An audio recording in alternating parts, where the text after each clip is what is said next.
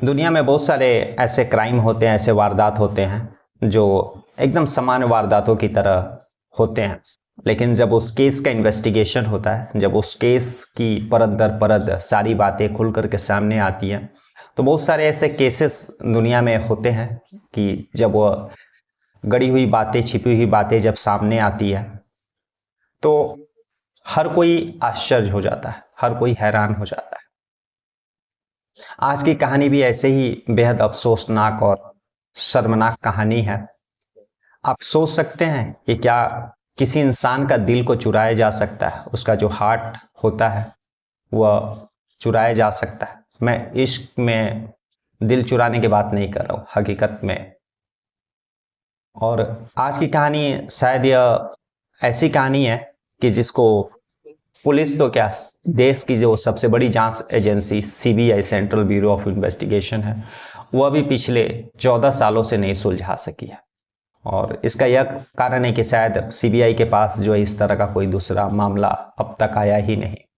नमस्कार, मैं हरेंद्र और आज आप इस क्राइम स्टोरीज में ऐसे ही एक कहानी सुन रहे हैं। और दरअसल आज की कहानी जो है मुंबई की है। मुंबई में एक परिवार रहता है, हंसता खेलता परिवार, किसी चीज़ की कोई दिक्कत नहीं। और उस परिवार में एक 19 साल की लड़की रहती है, काफ़ी सुंदर, खेलने कूदने पढ़ने लिखने में हर चीज़ में अच्छी, और जिसका नाम रहता है सनम हसन। 19 साल की जब वह होती है तब वह फैशन डिज़ाइनिंग के क्षेत्र में आगे बढ़ना चाहती है। माता पिता भी जो है उसको अलाउ करते हैं कि ठीक है, तुमको फैशन डिज़ाइनिंग में कोर्स करना, उस क्षेत्र में आगे बढ़ना है, तुम बढ़ो। और इसी को लेकर के वह आगे पढ़ाई करने को पुणे के लिए रवाना होती है। वहाँ पर सिम्बोसिस जो फैशन डिज़ाइनिंग का इंस्टीट्यूट है, कॉलेज है, वहाँ पर दाखिला लेती है और वहीं पर वह अपना आगे का कोर्स करती है। 2012 में वह सेकेंड ईयर में रहती है, फैशन डिज़ाइनिंग का जो कोर्स रहता है वह करती है। और जब वह सेकेंड ईयर में रहती है तो वह 2012 का समय था, और 2012 में ही उसका बर्थडे आता है। 3 अक्टूबर 2012 को उसका जन्मदिन रहता है। जन्मदिन के दिन उसके जो सारे दोस्त रहते हैं वे लोग एक पार्टी का ऑर्गेनाइज करते हैं।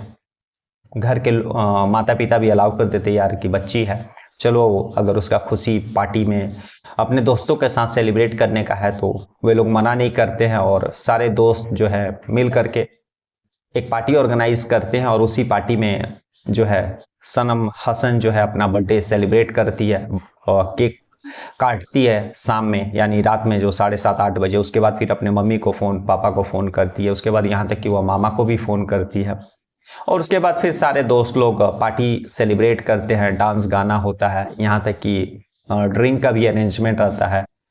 जो उसके कॉलेज के दोस्त रहते हैं वे सारे लोग ड्रिंक पीते हैं और फिर नाच गाना होता है। और फिर उसी होटल में नशे की हालत में वे लोग आराम करने लगते हैं, सो जाते हैं। तभी रात में जो है सनम हसन का जो है तबीयत ठीक नहीं लगता है। वो अपने दोस्त को बोलती है कि मुझे, मेरा तबीयत ठीक नहीं लग रहा है। लेकिन सारे दोस्त पहले से ही ड्रिंक किए रहते हैं, वे लोग भी नशे में रहते हैं, तो वे सोचते ही है कि शायद नशा वगैरह के कारण जो है सर दर्द हो रहा होगा, उसके कारण जो है उसका तबीयत ठीक नहीं लग रहा है। इसी के कारण वह सनम हसन को वहीं पर रेस्ट करने के लिए बोलते हैं, और एक अलग रूम में, ताकि जो है उसको प्रॉपर हवा मिल सके और उसका जो है तबीयत जो खराब है वह ठीक हो सके। लेकिन उसका हालत ठीक नहीं होता। सुबह होते होते 5 बजे तक उसकी हालत काफ़ी ख़राब हो जाती। आनंद फानंद में जो उसके दोस्त लोग जो है, जब वह बेसुध हो जाती है और दोस्त सोचते हैं कि शायद वह बेहोश हो गई है, उसका तबीयत पहले से ही ख़राब था। लेकिन जहाँ तक मुझे लग रहा है कि उसका उसी होटल में ही उसकी मृत्यु हो गई थी। आनंद फानंद में उसको नज़दीकी जो है क्लिनिक है, जहाँ पर हॉस्पिटल है, वहाँ पर उसको पहुँचाया जाता है। और पहुँचाने के बाद जब वह पुणे का ही सादुन अस्पताल है जहाँ पर सनम हसन को पहुँचाया गया था सबसे पहले, और वो वहाँ पर जब वो लेके गए थे तो डॉक्टर उसी समय बोल दिए कि ये जो है इसकी मृत्यु हो गई है। और उसके बाद फिर जो है दोस्त लोग माता पिता को उसका कॉल करते हैं और यही बताते हैं कि जो सनम हसन का तबीयत काफ़ी ख़राब है, बल्कि यह नहीं बताते हैं कि वह उसकी मृत्यु हो चुकी है। फादर मदर उसके दौड़े दौड़े भागे भागे हॉस्पिटल पहुंचते हैं, क्योंकि उसकी बेटी जो है एक स्पोर्ट्समैन थी, जिम भी जाया करती थी और काफ़ी हंसमुख लड़की थी। किसी बात का कोई टेंशन नहीं था, क्योंकि घर में भी अच्छे खासे फैमिली से थी, पैसे का कोई दिक्कत नहीं था, हमेशा जिम वगैरह जाया करती थी, अपने हेल्थ को लेकर के कॉन्शियस थी। लेकिन उसके बाद भी अचानक 19 साल की लड़की को क्या हो गया, उसके माता पिता को भी समझ में नहीं आ रहा था। वे लोग हॉस्पिटल पहुंचते हैं और फिर डॉक्टर लोग यही बताते हैं कि आने के पहले इसकी मृत्यु हो गई। फिर वे लोग, जो दोस्त लोग जो पार्टी सेलिब्रेट कर रहे थे, उन लोगों से बातचीत उसके माता पिता करते हैं। दोस्त लोग यही बताते हैं कि शाम तक, रात तक तो सनम हसन ठीक थी, केक कटने तक। लेकिन उसके बाद जो हम लोग पार्टी किए और फिर रात में 12 बजे के करीब सनम हसन बोली कि उसका तबीयत ठीक नहीं लग रहा, मूड ठीक नहीं लग रहा।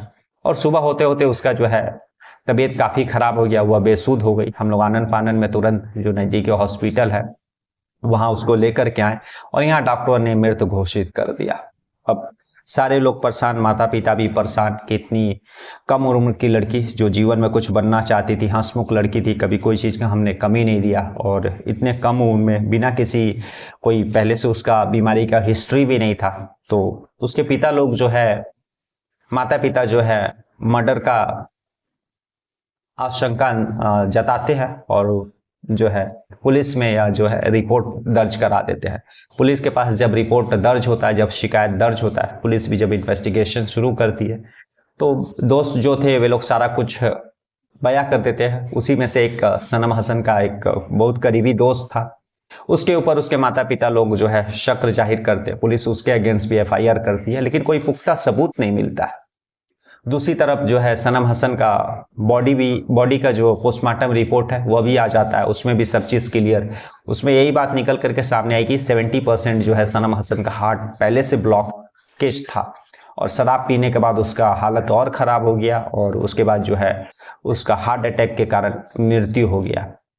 और सबसे बड़ी बात जो है, ये बात जो है उसके माता पिता मानने के लिए तैयार नहीं थे, क्योंकि पहले ही बोले कि उसकी बेटी जिम जाया करती थी, हेल्थ को लेकर के कॉन्शियस थी, वैसा कोई हार्ट का बीमारी का पुराना कोई हिस्ट्री नहीं था, उन लोगों को इसके बारे में कोई जानकारी नहीं थी, इसके पहले कोई किसी तरह का सनम हसन को कोई ट्रबल नहीं आया, शिकायत नहीं आया।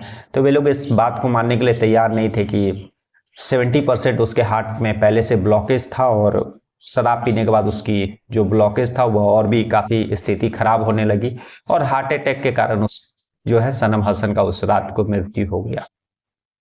पोस्टमार्टम रिपोर्ट में एक और भी चीज़ सामने आई थी कि जो है जिस रात तो सनम हसन का तबीयत खराब हुआ था और जिस रात उसकी मृत्यु हुई थी, जिस सुबह, उससे 2-4 घंटे पहले उसके साथ सेक्सुअल संबंध भी बनाया गया था। यह बात क्लियर नहीं हो पाई कि वह उसकी रजामंदी के साथ बनाई गई थी या फिर उसके रजामंदी के अगेंस्ट में बनाई गई थी, लेकिन सेक्सुअल एक्टिविटी हुआ था, यह बात जो है पोस्टमार्टम रिपोर्ट में क्लियर तौर पर लिखा हुआ था।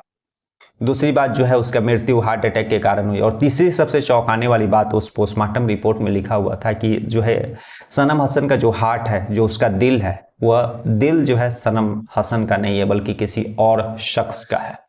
अब पुलिस का माथा ठनकता है, लेकिन पुलिस सारा चीज़ पोस्टमार्टम रिपोर्ट से क्लियर रहता है कि उसका हार्ट अटैक से मौत हुआ है। सारा चीज़ पोस्टमार्टम रिपोर्ट में जो मेडिकल की टीम रहती है वह बयां की रहती है कि किस तरह से अल्कोहल लेने के बाद उसका हार्ट ब्लॉकेज बढ़ गया और उसकी मृत्यु हो गई हार्ट अटैक के कारण। पुलिस भी हाथ पर हाथ रख के बैठ जाती है, कुछ खास इन्वेस्टिगेशन करती नहीं है, क्योंकि उसके दोस्तों के अगेंस्ट भी कुछ सबूत मिलता नहीं है। जैसा वे लोग बताए, पुलिस जब इन्वेस्टिगेशन करती है तो सब चीज़ वैसा ही निकलता, तो किसी पर कोई शक करने लायक था नहीं। और मेडिकल टीम का जो फॉरेंसिक रिपोर्ट उन्होंने जो दिया था उस पर भी किसी तरह का कोई शक मर्डर का जाहिर करने का था नहीं। उसके बाद जो सनम हसन के माता पिता रहते हैं, वे लोग हत्या का आशंका शुरू से उनके मन में था। पुलिस की जांच से वे लोग संतुष्ट नहीं होते हैं। उसके बाद फिर वे लोग वहाँ के जो राज्य सरकार रहती है महाराष्ट्र की सरकार, मुख्यमंत्री, उनसे मिलते हैं, बहुत सारे NGO से मिलते हैं और एक मुहिम भी चलाते हैं सनम हसन का जो मृत्यु का इंसाफ दिलाने के लिए, जो उसके हत्यारे हैं उनको सलाखों के पीछे डालने के लिए। और यही मुहिम रंग लाती है। उसके बाद फिर जो है 2012 में सनम हसन का मृत्यु हुआ था और बात जो है 2014 पहुंच जाती है। 2014 में ही महाराष्ट्र सरकार ने यह केस CBI के हाथ में हैंडओवर करती है और फिर जो है CBI इस केस का इन्वेस्टिगेशन करती है। और तब तक जो है सनम हसन का जो डेड बॉडी रहता है वह मुंबई के ही वर्सोवा इलाके का एक कब्रिस्तान है, वहीं पर उसका डेड बॉडी को दफना दिया जाता है। सीबीआई जब इस केस का इन्वेस्टिगेशन करती है तब यह बात सामने आता है कि सनम हसन का जो विसरा रिपोर्ट था वह सब तो ठीक था, उसमें कहीं भी कोई ये नहीं था। सनम हसन का जो डीएनए टेस्ट है वह भी कराया गया उसके माता पिता से, सब चीज़ मैच कर जाता है। लेकिन जब सीबीआई दिल का, जो सनम हसन का हार्ट था, उसका जब डीएनए करवाती है तब वह हार्ट का डीएनए उसके माता पिता के डीएनए से मैच नहीं करता है। तब यह साफ होता है कि जो सनम हसन का जो दिल हार्ट है वह सनम हसन का नहीं है, किसी और शख्स का है। जब सीबीआई इस केस को 2014 में ली थी और जब आगे इन्वेस्टिगेशन की तो सब चीज़ तो क्लियर हो रहा था, लेकिन हत्या है या फिर इसके पीछे क्या साजिश है, वह किस बेस पर इस केस का इन्वेस्टिगेशन करे, जब यही कंफर्म नहीं था कि जो डेड बॉडी है, जो दिल है, वह सनम हसन का नहीं है। अब दिल नहीं है तो प्रॉपर तौर पे जो है मर्डर का कारण, मर्डर का क्या रीज़न है, जो मृत्यु का रीज़न है, किस कारण से मृत्यु हुई, वह सारी बातें पुख्ता तौर पर निकल करके आना मुश्किल था। इसलिए सीबीआई जो है इस केस में आगे नहीं बढ़ पा रही थी, क्योंकि जिस मरने वाला शख्स का पूरा बॉडी ही उसका नहीं हो तो फिर उस केस में आगे सीबीआई क्या कर सकती है।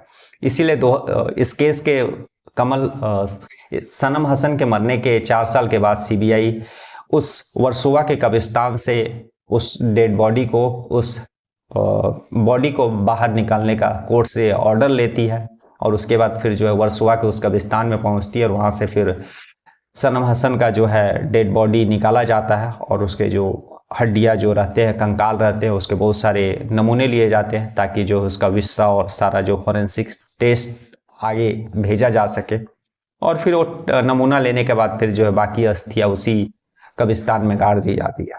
कब्रिस्तान से जो सनम हसन का जो बॉडी का, जो कंकाल का नमूना लेने के बाद जो है सीबीआई उस सारे नमूनों और दिल का जो नमूना रहता है उसका मुंबई के ही कलीना हॉस्पिटल के फॉरेंसिक जो जांच करने वाली टीम रहती है उसके यहाँ भेजती है। और जब यह जांच रिपोर्ट सामने आती है तो यह पता चलता है कि जो सनम हसन का जो दिल है वह किसी मेल का है, यानी किडनी का जो है चोरी या अदला बदली हुआ था। लेकिन सबसे बड़ी बात है कि दिल अगर निकालने के लिए भी तो इतना आसान नहीं है। किसी हार्ट जो ट्रांसप्लांट होता है उसमें भी मेडिकल के सारे टीम रहती है, एक पर्टिकुलर समय रहता है, बहुत सारे मशीनें रहती हैं, तब जाकर के एक हार्ट को एक व्यक्ति से निकाल करके दूसरे व्यक्ति में लगाना या फिर जो है उसमें अगर कुछ दिक्कत है तो उसको ठीक किया जाता है।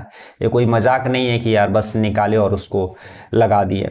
लेकिन दूसरा चीज़, एक आपने सुना होगा कि बहुत साल पहले हम लोग सुना करते थे कि किसी डॉक्टर ने ऑपरेशन के दौरान पेट में रुमाल छोड़ दिया, तो किसी डॉक्टर ने जो है ऑपरेशन करने के समय कैंची छोड़ दिया। तब सीबीआई का ऐसा ही कुछ बातें जो उसके माइंड में भी आया कि शायद हार्ट जो है निकाला गया है या फिर बॉडी को पहुंचाया गया है कि जहां पर जो है गलती से किसी दूसरे का हार्ट इसके जो है बॉडी में लगे। लेकिन सबसे बड़ी बात है कि चेंज होने के लिए शरीर में, छाती में दागी भी तो चाहिए क्योंकि हार्ट निकाल, लेकिन ऐसा कुछ सनम हसन के बॉडी पर कोई दागी नहीं था कि जहां से उसके छाती पर कोई भी ऐसा इस तरह का मार्क्स नहीं था। क्योंकि जब हार्ट का ऑपरेशन होता है, जब हार्ट का ट्रांसप्लांट होता है तो पूरे बॉडी लगभग छाती पूरा नीचे तक उसका कटिंग होता है और उसके बाद फिर हार्ट निकाला जाता है और फिर टाँके लगाए जाते हैं। लेकिन सनम हसन का ऐसा भी कुछ भी कहीं कटिंग का नहीं मिला। तो एक चीज़ कन्फर्म था कि कहीं ना कहीं जो है